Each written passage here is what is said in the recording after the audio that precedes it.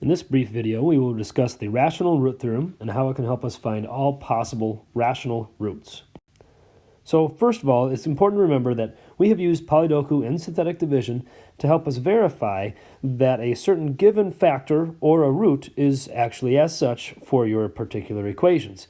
So in a Polydoku scenario, if you have x minus 4 and it is a factor, then what will happen is that the bottom right box will be equal to the very last constant, in showing us that x equals 4 is a root. Whereas with synthetic division, you put the root in the box, and then when you do the synthetic division, you should end up with 0 on the bottom right, telling us that x equals 3 is a root. So, what if we are not given a root, nor do we have a graphing calculator? Don't worry, there's still work to do, and there's still ways that we can figure out what those roots are.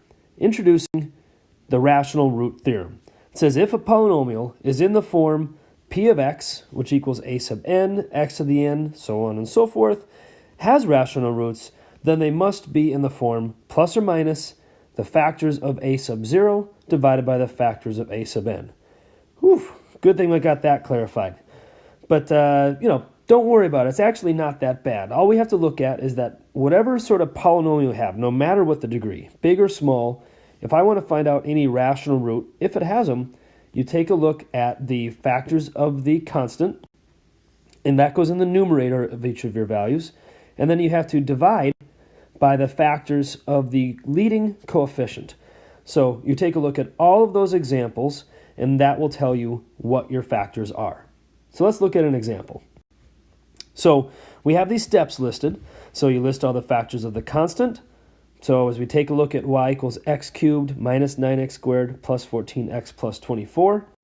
So those factors are 1, 2, 3, 4, 6, 8, 12, 24. And you can just work your way up from 1 until you get to your values that you know.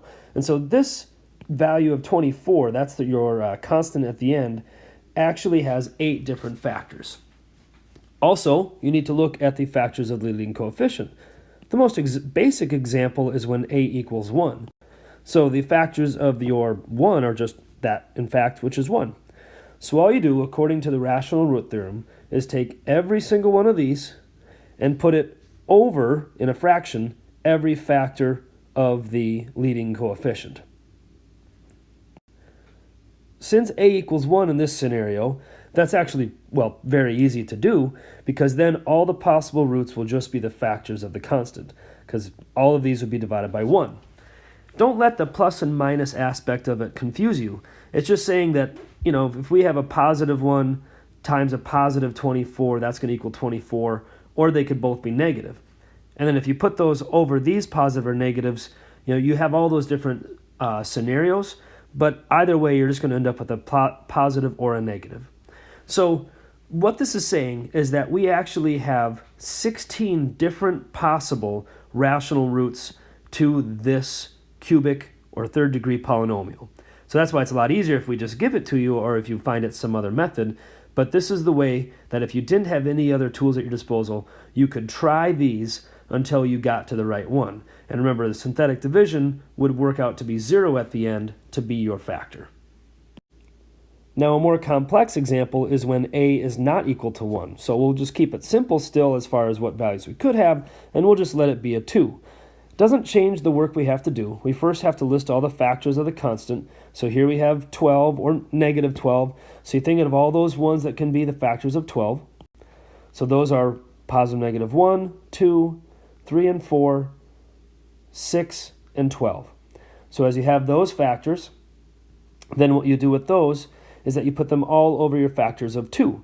So the factors of 2 are 1 and 2.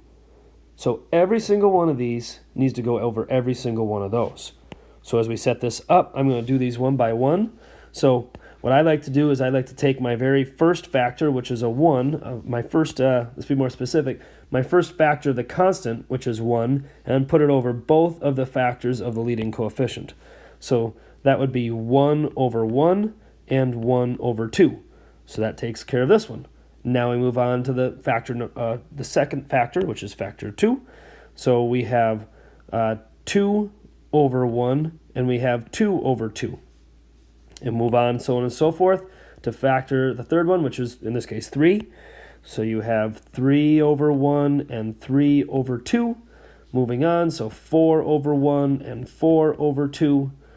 And then you have 6 over 1 and 6 over 2.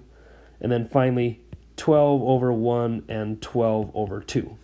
So you have all these different factors. And what else you need to do is put a plus or minus in front of all of these options. So this is a lengthy list, of course, but this is every single possible option that you could have as a rational root to this third-degree polynomial.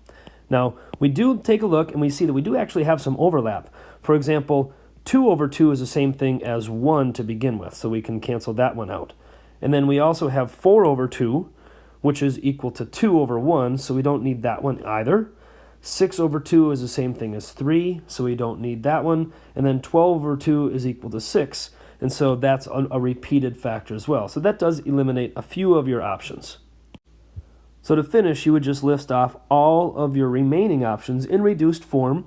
None of these can really reduce other than the fact that they're over 1. But if some, like if you had a 6 over 4 or a 10 over 4 or something like that, you could reduce those.